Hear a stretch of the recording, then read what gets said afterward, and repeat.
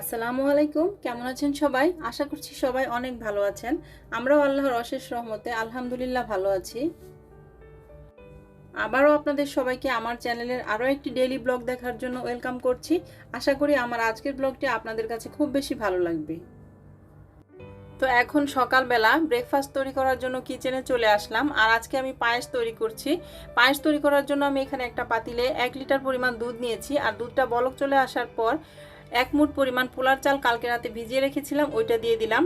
আর এখন দিয়ে দিচ্ছি হাফ কাপ পরিমাণ চিনি। চিনিটা দিয়ে ভালো করে নেড়েচেড়ে মিশিয়ে দিচ্ছি।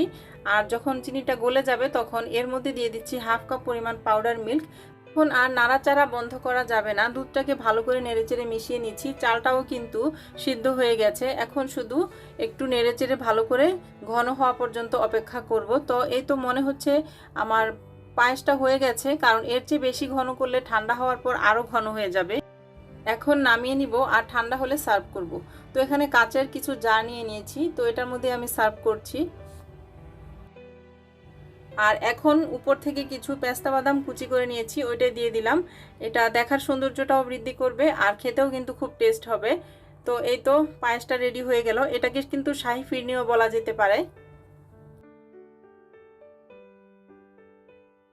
আর এখন করে নিচ্ছি ডিম দিয়ে ব্রেড টোস্ট। আর এই টোস্টটা আমার বাচ্চারা খুব বেশি পছন্দ করে, মাঝে মাঝে এটা আমি করি, কারণ প্রতিদিন ওরা রুটি খেতে চায় না।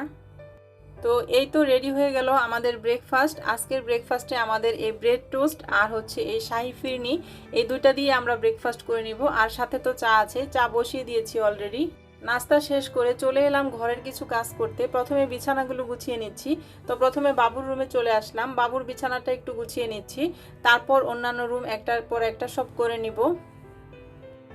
আর আজকে মনে হচ্ছে আমাকে সব কাজগুলো একা হাতেই করতে হবে, কারণ একটু আগে আমার যে হেল্পিং হ্যান্ড আমার খালা আছে, সে খবর পাঠিয়েছে তার নাকি খুব জ্বর আসছে, তাকে নাকি স্যালাইন দেওয়া হচ্ছে। তো আল্লাহ জানে কি অবস্থা, জানি না। তো সে কতদিন আসতে পারবে না তাও জানি না। আর এখন যে অবস্থা, চারদিকেই শুধু করোনা পজিটিভ শুনতেছি, যাকে ফোন দিচ্ছি সেই বলতেছে পজিটিভ আসছে।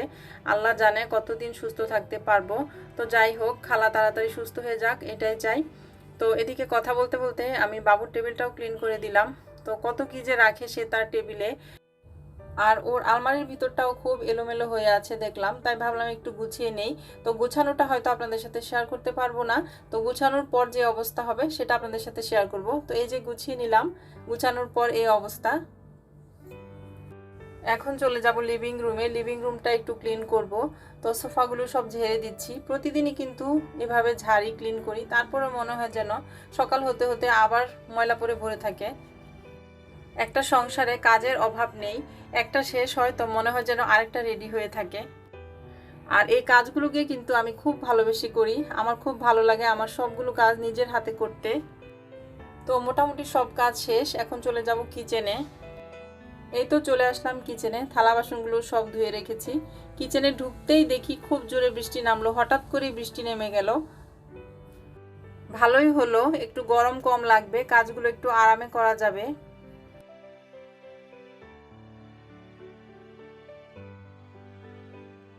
তো এই তো রান্না বাড়া শুরু করে দিলাম, কাটকিনি মাছ ভেজে নিচ্ছি, এটাকে দো পেঁয়াজা করব। তো দেখি আর কি করা যায়।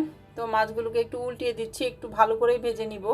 এই মাছটা দো পেঁয়াজা করে খেলেই ভালো লাগে, তরকারি দিয়ে বা এমনিতে খেলে ভালো লাগে না আমার কাছে মনে হয়। আজকে রান্না করতে এসে খুব ভয় লাগছে। গতকালকে মগবাজারে যে বিস্ফোরণটা হয়েছে, ওটা নাকি গ্যাস সিলিন্ডার লিক করে হয়েছে। তো আমার তো লাইনের গ্যাস নেই, আমার সিলিন্ডার দিয়ে আমি রান্না করি। তো সিলিন্ডারটা অবশ্য নিচে গ্যারেজে রাখা আছে, তারপরেও আমার খুব ভয় লাগে। তো যারা মারা গেছেন আল্লাহ তাদেরকে জান্নাতবাসী করুক, আর যারা আহত হয়েছেন তাদেরকে আল্লাহ তাড়াতাড়ি সুস্থতা দান করুক, আর আমাদের সবাইকে আল্লাহ হেফাজত করুক।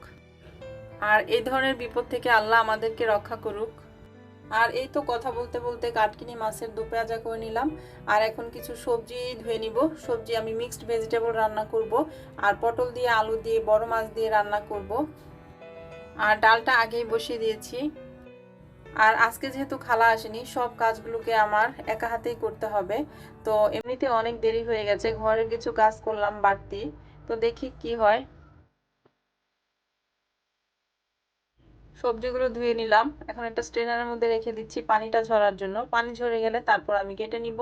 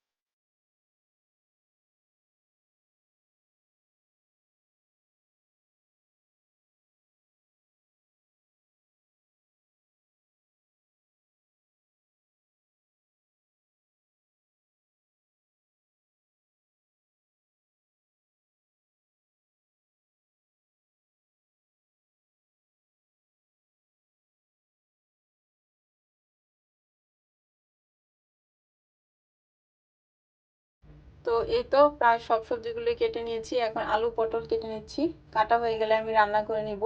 অনেক বেজে গেছে, আজকে হয়তো রান্না করতে অনেক দেরি হয়ে যাবে। তারপর গোসল নামাজ তো আছেই, কখন কি করব জানি না। আর ডালটা তো আগেই বসিয়ে দিয়েছিলাম, ভাতও বসিয়ে দিলাম। সবজি কাটতে কাটতে ভাত ডাল দুইটাই হয়ে যাবে, তারপর সবজিটা রান্না করে নিব। এই তো সবজিটাও রান্না হয়ে গেছে, সবজিটা এখন একটু বাটিতে সার্ভ করে নিলাম। আর মাছটা তো আগেই করে ফেলেছি। আর এই যে ডালটাও হয়ে গেছে, আর এদিকে ভাতটাও হয়ে গেছে।